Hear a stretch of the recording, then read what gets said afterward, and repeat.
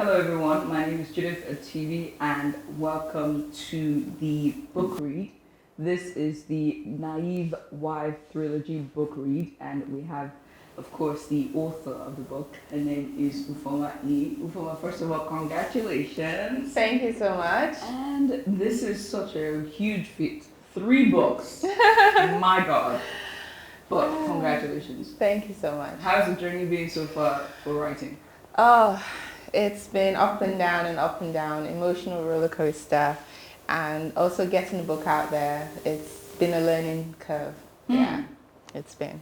I mean, what's the executive decision behind 3 books? I mean, when Makari first told me that it was 3 books, I was like, wait, what? It's not 1? It's like not 2, but 3 at the same time. Actually, I wrote them at different times. I wrote the first one in 2019. August came out. And then I wrote the second one, October 2020. That's when it was published. And then this one, August 2021. So the 1 year about apart, and I didn't plan for it to be 3 books. I planned on 1 book and I had a different title. It was just, when it came round to finishing, when I was actually writing for competition, and I was running out of time, and so I thought, okay, I have to split it. And then when I did, I had to rename the book. The idea got to me as I came to the end that it's going to be called Naive Wife, and this one is Rachel's choice. This one is her choice. And I knew the next one was going to be Rachel's diary, and I thought the last one was going to be Rachel's transformation until I wrote Rachel's diary, and then I knew it was Rachel's hope that I was going to call it, yeah. I mean, whenever I speak to authors, I always ask them, because I'm always very intrigued by the writing process. But first of all, out of the 3, which was the hardest, To write? Yeah, to write. Or tasking, or sort of like unpacking, because the book has very heavy conversations, like heavy themes that you talk about. I mean, from just discernment to choice that you make, marriage, single, dating, motherhood, and just the one that got away, and just looking at the person that gets away in your life. There's so many things that, I mean, if not all, some persons pretty much are still facing. So that must be some sort of unpacking for you to do. Yes, there was unpacking in all of it, but it was fun, from the beginning. It was exciting. It was scary to write all of them. But I think the last one was the hardest because I wanted to bring it to an end, and a good end. And I wanted it to glorify God. They've had their fun, they've gone up and down everywhere. But at the end of the day, it all goes to waste if the ending doesn't make sense or doesn't give anything, it doesn't make you feel, oh, this was worth reading, so the ending, by that demand, it was the hardest to write. And, when people have hyped up, oh my God, the first one is so good, I can't wait for the next one, I can't wait. The pressure was on to make sure that not only was the ending spectacular, it was also enjoyable to read, that people felt they got their money's worth, and so all those pressures on the end made it harder to write, but I'm happy with how it ended and how I wrote it, and God showed up for me. Favorite book that I've written, or the 3? Yeah, out of the 3, favorite book. Oh. And please don't tell me, I don't have a favorite book. I really don't. Almost every author I know out there would tell you, you'll be like, I don't have a favorite book, or I don't have a favorite poem. Like, please don't do that. Tell me a favorite book. I really don't think I do. So they're all I did, for different reasons. I love them, each of them, for different reasons. But if you're looking at anticipation, excitement, oh my God, what's going to happen? I think Rachel's diary does that for a lot of people. Like, you're like, oh my God, did that just happen? Yeah.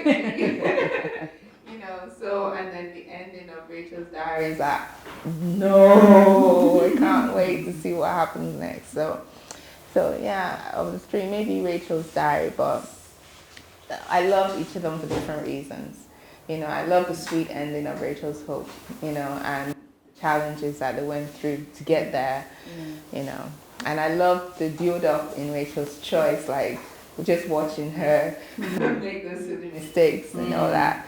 Yeah, and it was just, you don't even know what's coming around the bend. Yeah, yes. But I mean, being that this is a book read, Yes. we are going to have you read out of the book. And this time it's going to be from the very first one. This is my copy, by the way. It's the very first of the trilogy is The Naive Wife, Rachel's Choice. So you're going to read All for right. us. Thank you. And I've opened a a page out of it. Yes. Yeah, what page number is that? Page 21. All right, let's do it. The Naive Wife, Rachel's Choice. So you're Rachel Eden of Urban FM. Wow, I love your show, Doug proclaims after Rachel tells him why her voice sounds so familiar. I live in Port Harcourt, so I never heard your show. Do you stream? AGK asked. Not all the shows, but a few. Okay, you should stream on YouTube. A lot of people are doing that these days, AGK continues. Yeah, I've thought about it, but I still love the anonymity of being a radio celebrity. I see, I guess. So, do you have a boyfriend? Doug asks, his gaze intense. Rachel shakes her head. No. Doug smiles, and Rachel notices AGK light up too. What are all the men around you? What, are all the men around you blind or something? Doug continues. Rachel shrugs. I'm just waiting on the right guy. AGK nods. A Christian? Rachel looks in his eyes. Yes, but not by name only. AGK sees a challenge in her eyes. He understands quite well what not by name only means. No doubt she would have heard of his reputation by now. He frowns and nods. Born again, tongue-speaking brother, huh? Rachel laughs. I don't know about tongue-speaking because people are faking that these days, that one too. But definitely a man who fears God. Mm-hmm. I know, because I listen to your show. You're doing the right thing. Don't settle for less, Doug says, his eyes meeting hers. Thanks, Doug. AGK mutters. At this point, Ekene arrives at the dining table with Rochelle on his arm. The trio turn to look at them. Rochelle's unkempt hair is a telltale of the mischief they've been up to in one of the rooms in the mansion. Rachel looks around to see that almost everyone has gone, and it is already evening. Where has the time gone? So you coming out with us tonight, Rach? Ekene asked. No thanks, I've got to study. That's a shame, Rochelle says, her tone lacking in sincerity. AGK, I have a babe for you, she adds and winks at him. AGK looks embarrassed. It throws a quick glance at Rachel before eyeballing Rochelle. No thanks, I'm good. No, really, Donna is really nice. She's just gotten out of a relationship and I know she's ready to have some fun. Come on. Leave AGK alone. He knows how to get his own woman, AGK says, forcing back his laughter. You guys are wicked, AGK says in annoyance, rising from the table to leave the room. Ekene and Rochelle follow after him with laughter. So, what are you really doing tonight? Doug asked when they're alone. Studying. I'm doing an online course. Oh, okay. I would have loved to get to know you better.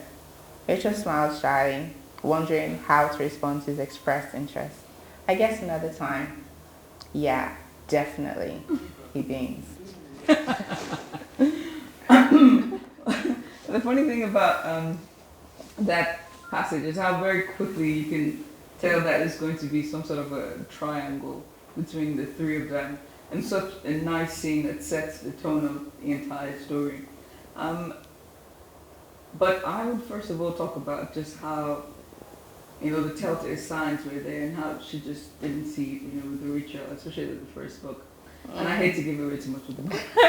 I'm trying so hard not to. But I think that we can have a conversation about the first book as much as we can. Leave the second and third, pretty much don't even touch the second and third. Just leave anyone to go figure out what it is.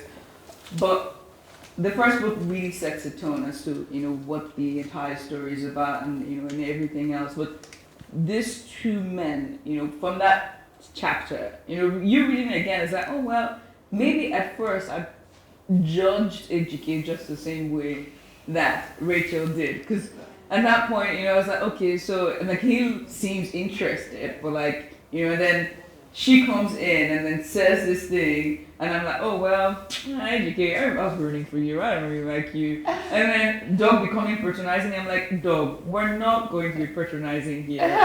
Just make it stop. But it just goes to show like our behavioral pattern as women, as who we are as a person. Like that the person who is more persistent and pays more attention is the person we turn to. Yeah, we like attention. We like attention.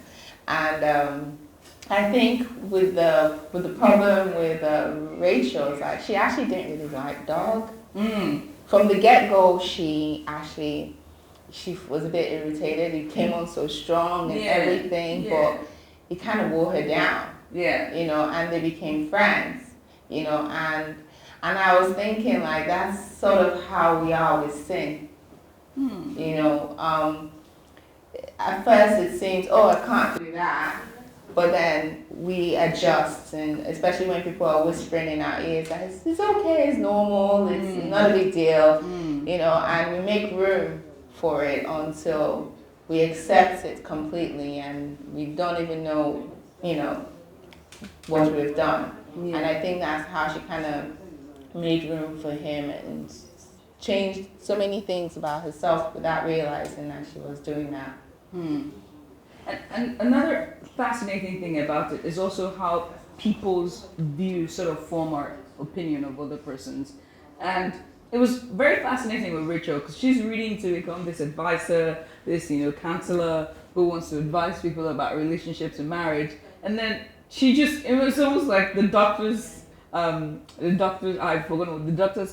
Oh, where you can't treat yourself. Like you're the best person to like people would go to and you'd prescribe and be able to diagnose them, whatever illness is there. But they're just like, they cannot treat themselves. And even family and friends as well. And then just going to look at her, and I think, and maybe, because I'm going to ask this question, or maybe say that as a statement, but what were you trying to do with that? Were you trying to say that for you to be able to teach or be able to be some sort of sage or, a minister in that sense, you must also have a spirit of discernment for yourself as well? Because there's so many times that, especially the time when she was praying and she'd seen that Bible passage where, and then she was like, oh, and then that Bible was like, oh, don't look at the things of the world.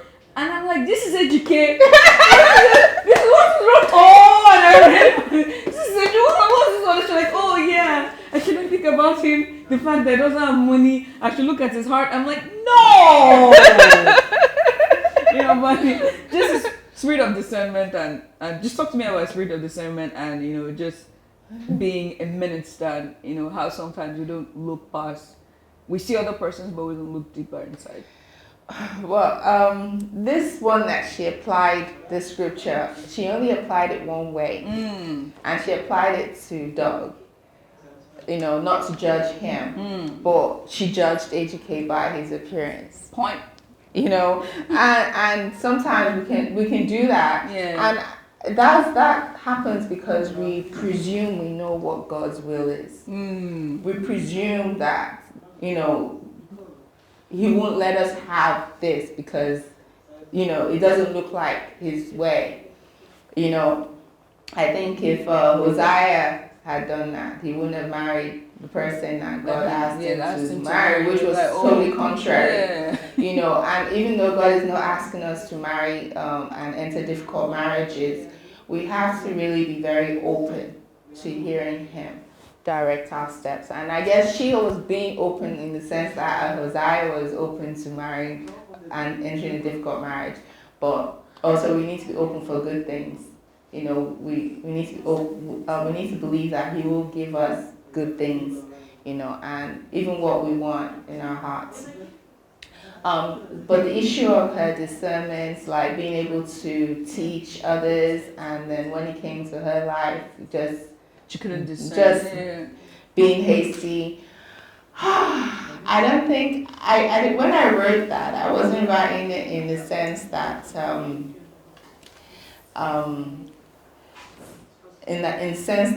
was writing it more in the sense that take heed lest you fall. Because we do have a lot of people out there, who are teaching, and saying this is the way and that's the way, and yes, they try to live according to it, but sometimes you can be careless when it comes to yourself. You might think, oh, I know, and then you just fall into that ditch, It's very interesting how you write Rachel, the character, right? And how you put her in this, for me, to a point, I felt like she was in a cocoon, if that makes any sense. And I had to ask myself, because she's 30, in her 30s, and I'm also in my 30s, and I'm also single as well, and I kind of asked myself that if I were to be meeting somebody tomorrow, and then I meet a friend who bips me on WhatsApp, and I said, oh, I noticed you're with this guy, are you like dating him or something? Because he dated a friend, but they're separated, and she said something, so I was changed. I don't want to know exactly what this person, I would go to your Instagram or WhatsApp and really dig deep into this person, but those hints were so bad. Because it was there, but she was just in the cocoon, and it made me wonder, to our friends and our families, as a person and our relationships that we have around, I don't even think that she was actually a very good friend or a very good sister or a very good daughter to start with, and can those things sort of influence, the bigger issues in our life, just how we're able to maintain our relationship? Definitely. Relationships are key. No one can do life alone. And so I think for her, this one where her friend sent her this message, at that point in time, she was like, girl, let's meet up for drinks. Why are you? Come through. Come to my house. At that point in time, she wasn't feeling him, though. She wasn't feeling him at that point in time. Gossip the guy. I don't want to be too terrible to gossip, but oh, this guy is bothering me. What's happening? True. I've done that, but you're not doing anything, and it's someone tells her okay, just be careful, Sha, and then you're telling people every single time, no, we're not dating, and you go out for one date and you just assume that you're dating this person. So oh well, since we're going out for a date, then maybe it's okay to date him. She jumped quickly. Yeah. There are a number of factors, desperation being one of it. Self-doubt. How long am I going to be on this shelf? Is there really a perfect guy out there? And I heard God about this. Said not to judge him. So let me just, see where this leads. Talk to me about self-awareness as a young Christian, in your, just a young Christian generally, and just being self-aware, because oftentimes we sort of misread the signs in this case. Talk to me about that. Oh, wow. I think that is one of the lessons that comes across strongly with Rachel's choice. The importance of knowing thyself and to thy own self be true. And I think she was so afraid of failing as well. And I think we should not be afraid of trying something new and something different. Someone's like, they would have given Educate a chance since. but then, there was also as much as we are guided by Christian principles on where to go and how to behave, we should also allow ourselves, use our brains, use our minds and our hearts, use all of it in this decision-making process on who we're going to spend our life with. It's not, your marriage is not like church. Do you understand? It's not a spiritual like thing that happens only in church. Yeah. Your marriage is gonna enter into every aspect of your life, your business, your ability to raise kids, your family relationships, and even yourself as an individual, a peace of mind. So when you are thinking about who you're gonna spend your life with, don't just look at it in terms of spirituality. You really need to take that person through all the checks, and then you also need to know that person almost as well as you know yourself. So to thy own self be true. If you know yourself well, you better know your partner just as well so that you know that you agree.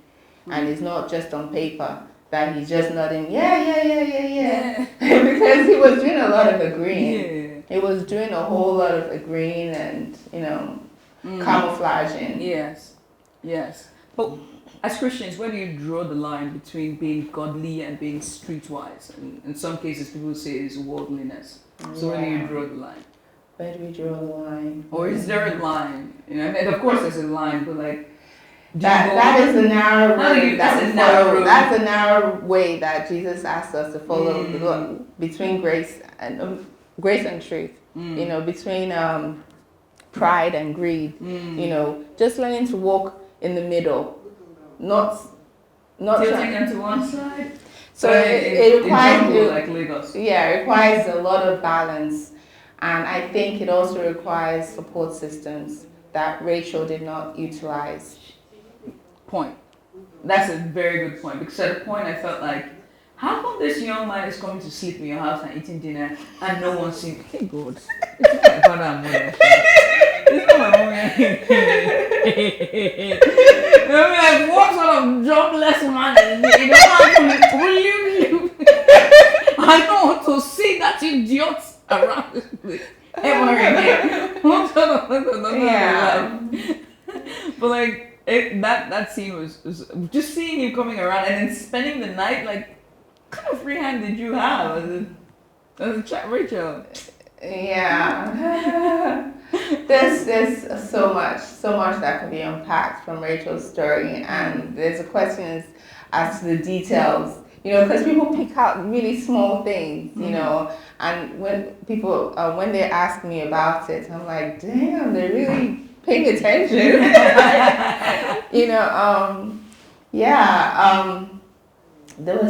There's a lot in there, and I think we've really, I feel like we're giving away a lot right now. Yeah, but I mean, it's the first book, so there's 2 more books. How much can you get? But I wanted to ask you about, so I'm of the opinion of dating before, when I mean by dating before entirely committing to somebody. So by dating, I'm like seeing a bunch of people, but I'm not like having any sexual relationship with them, or like, in that case. But in the case of Rachel, what about friendships?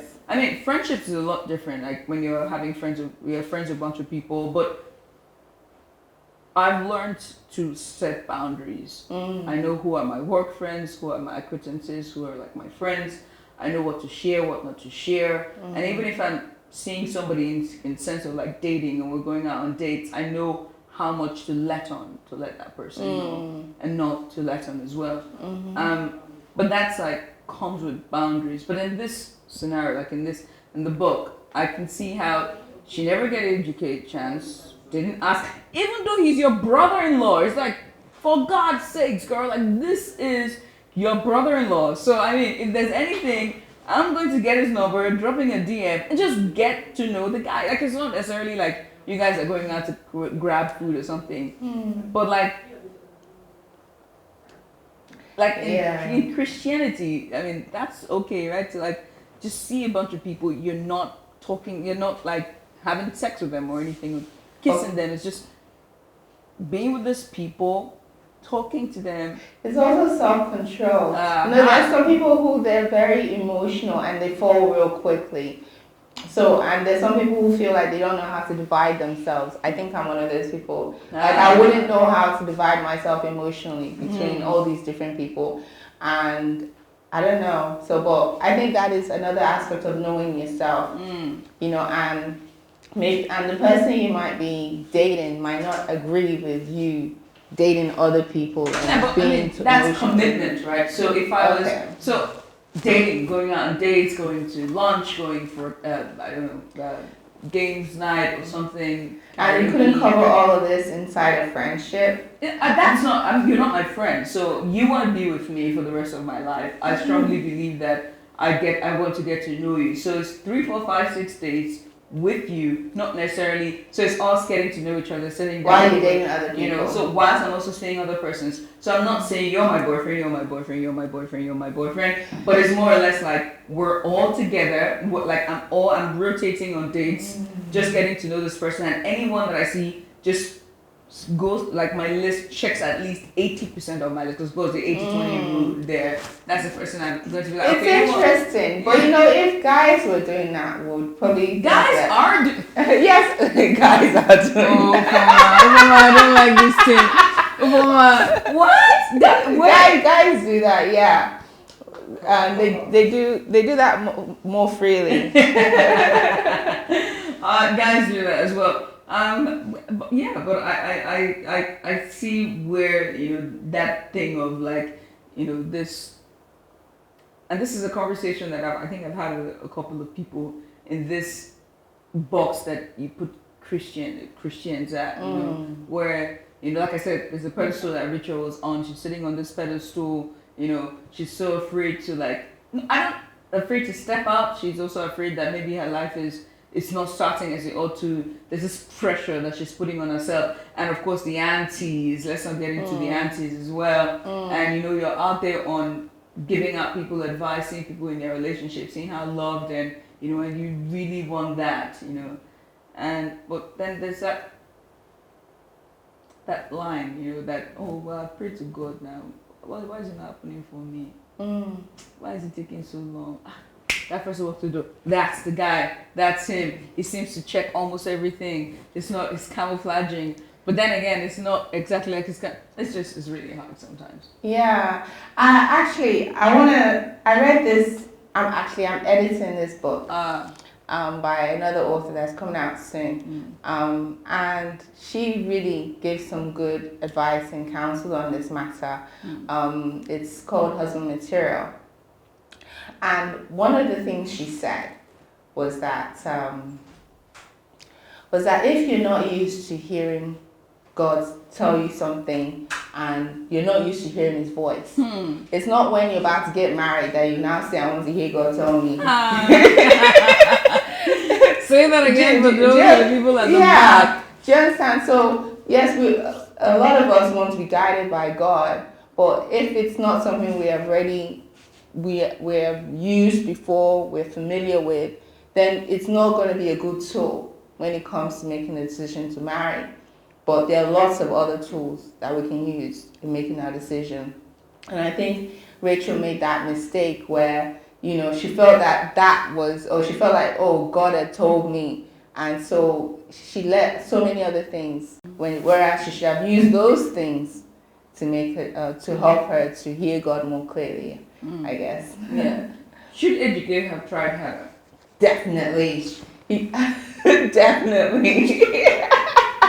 There's a lesson there for educate too. Yeah. Like guys like educate, like, you know, I shared that when we had a book party, like he was playing around and he thought, oh, well, obviously he didn't think about it like that, but that's what happened. Like now he's saved, he's now met somebody he wants to be with, but she's using his past to judge him, you know. And I think he didn't actually come out and say that I've changed or I'm doing this. So yeah, there are questions there. Why was he so laid back? And it was also some pride, you know. He's the rich guy, he's the fine guy. I don't think so. I think it was more like, I don't know, I don't think so. I think it's more like him hindering himself, you know. And that's what happens with your past, if that makes any sense. To some sense, like, if you were like a bad boy before, you're still not so self-aware in who you are, this new person, and you're seeing this thing that is too good to be true. As like, I don't want to screw this up. So I'm just going to let her be,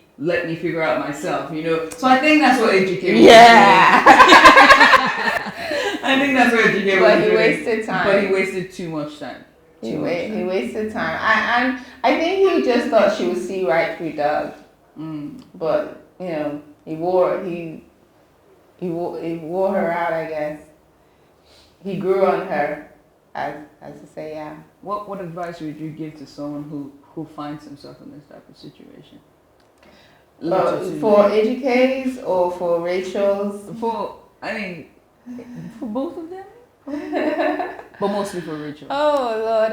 Because EJK is like God, EJK was a spec. Jesus. I mean, even if he was a bad guy, I would still like want to give him a try just to like pray for him. Because listen, when you describe the house as like, yeah, with dog. Well, we can't use money to make I'm decisions. sorry. Forgive me. I need to be taken care of. That is knowing thyself. That is knowing thyself, and it's not wrong to say that that's what you want, because if you go ahead and try to do something that's not you or that you don't want, you're just going to be sabotaging yourself and be miserable because you're not living true to yourself. So that is that. There's hope at the end of the tunnel. Yeah, there's advice when it comes to Rachel. Rachel's. That know thyself things, I can't overemphasize it, you know, for religion as well, you know, it's not a straitjacket, you know, God is very gracious, as you will find as we read on with the book. That pain is purpose sometimes. Well, we're still on Rachel's choice, so I know, we don't want to entertain that has purpose. We don't want to entertain that has purpose. We do want to trust God, but yeah, when it comes to marriage, don't make light of it. You know, it is really a really big decision that you need all your sensibilities in place to make. Yeah, truly, the message is there. Don't judge a book by its cover.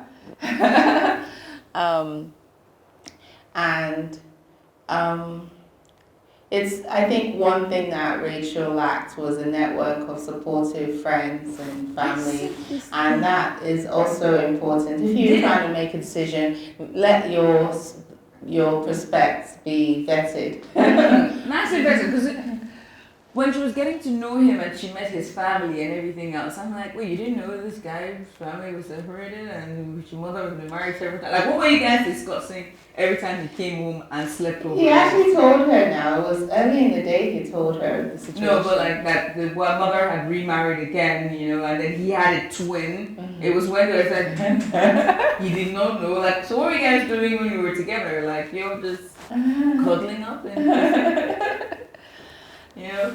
But I mean, yeah, go ahead.